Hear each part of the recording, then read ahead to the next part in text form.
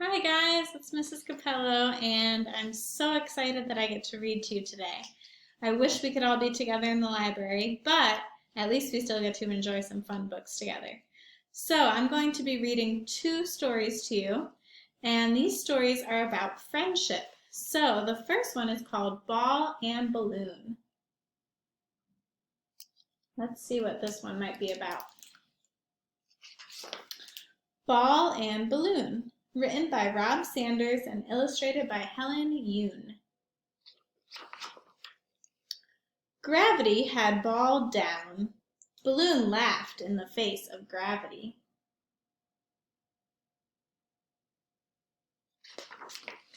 Balloon swooped and swirled. Ball sat and stared. "How did you learn to fly?" Ball asked.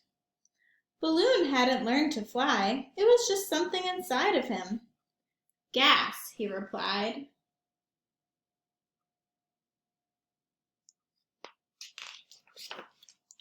Ball wished he had gas.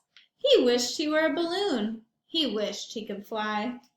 He grunted, he groaned, and he tried to thrust himself into the air. How do you think Ball is feeling that he can't fly? Seems like his face looks pretty sad. Still grounded. "Maybe I can't fly," Ball said, "but I'm a good roller." "Show me," said Balloon. Ball grunted, he groaned, he pushed off, but he was not on a roll, and Balloon was not impressed. "I can bounce," said Ball. Really?" said Balloon. "Prove it." Ball grunted, he groaned, and he tried to bounce with all his might.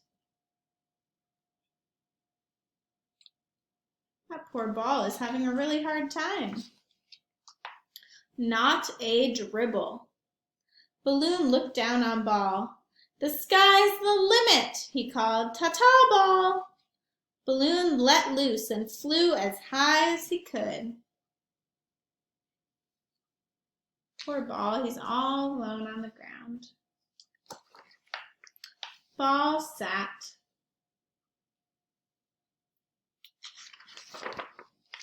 And sat some more, and some more, and some more, until finally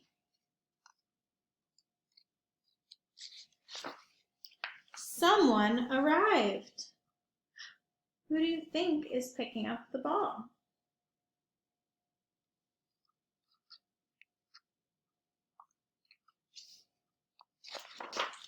Soon Ball was rolling, bouncing, and even flying through the air. Balloon couldn't believe his eyes.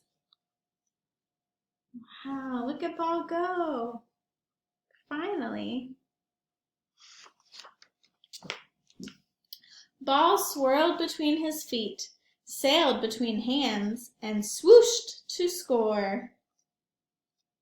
Swoosh. Whee! "I'm so lucky," Ball said. "So lucky to be a ball."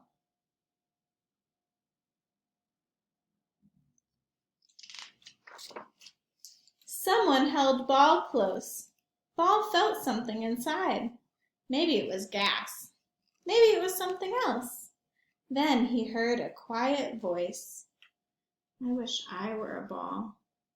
It was Balloon. He was feeling a bit deflated.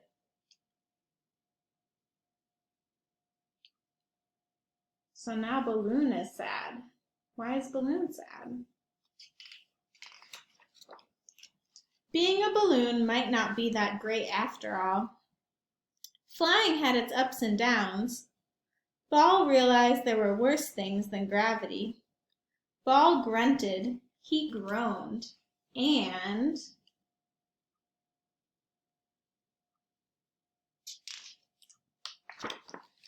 he popped out from under someone's arm and bounced and then rolled to Balloon.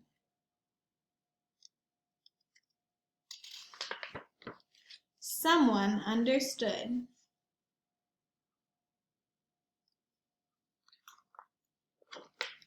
The end. Now you can see all the kids playing with the ball and the balloon. So what I love about this story is even though the friends are really different, they still care about each other and they still want to be friends with each other. So what did you think of this story? Did you like it? Why did you like it? Or did you not like it? And why didn't you like it? Tell someone at home if you liked this story or if you didn't like it. The next story we're going to be reading is called Ribbit. What animal makes the sound ribbit? Is it a pig? I'm getting confused because I thought a frog is the one who made the ribbit sound. Let's see what's going on here. Ribbit, written by Rodrigo Folguera and illustrated by Polly Bernatene. Ribbit. Once upon a time, there was a pond that was home to a family of frogs. It was their pond, and they were very happy living there. But one morning, they discovered a surprise visitor. I wonder who that surprise visitor is. It was a pig, a little pink pig sitting on a rock. That's interesting. What is a pig doing at the pond? Goodness, said the frogs, why is there a pig in our pond? They whispered amongst themselves until finally the chief frog spoke up. Good morning, what can we do for you? And then, to their amazement, the little pig answered.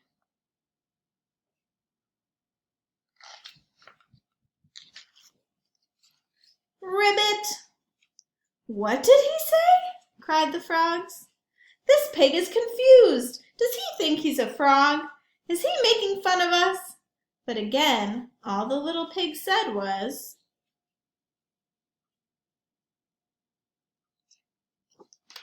Ribbit!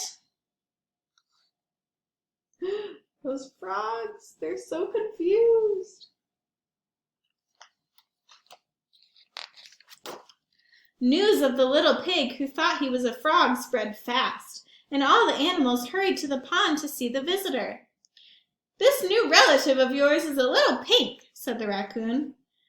He's no relation of ours, declared the frogs. He certainly sounds like a frog, said the weasel. Why would a pig want to be a frog, said the parrot. And what's wrong with being a frog, may we ask? Exclaimed the frogs. All the animals are so confused. What is this pig doing with the frogs? Everyone started shouting at each other, completely ignoring the little pig, who just sat there practicing his ribbit.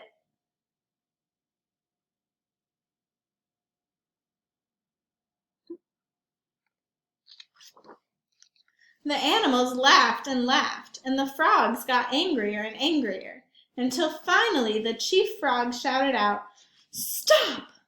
We're not getting anywhere by fighting. We must go and find the wise old beetle. He'll know what to do.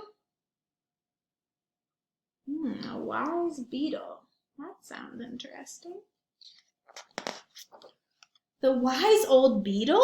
Gasped the animals. But he hates to be disturbed. I know, said the chief frog, but this is very serious. That's true, the animals agreed, and off they went. So they're going to go find the chief beetle. And the little pig said, Ribbit?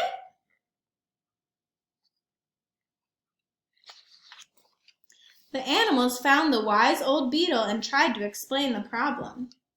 It was hard for him to understand because they were all talking at once.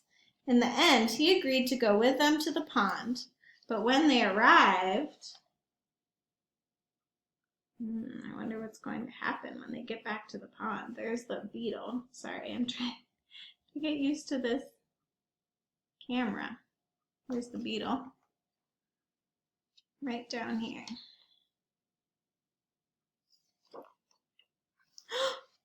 Who is missing? He's not there. Where could he be? Where did the pig go? The animals cried. Who was he? What did he want?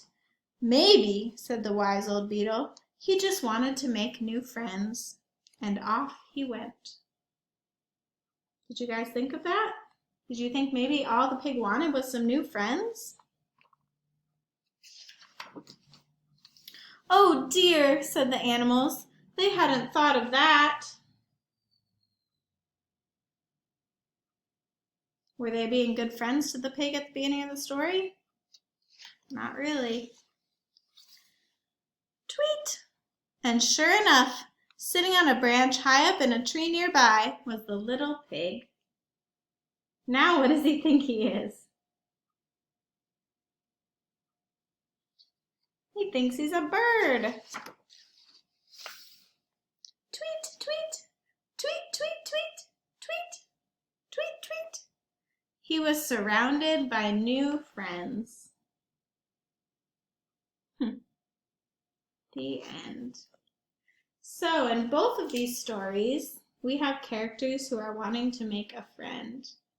And friends are really important because without friends, our life would be kind of lonely. And I know you guys are probably all missing your friends at school, but it's going to be very exciting when we all get to go back and see our friends again. So next we're going to sing some of our favorite songs that we do during story time, and I really hope that you'll sing along with me.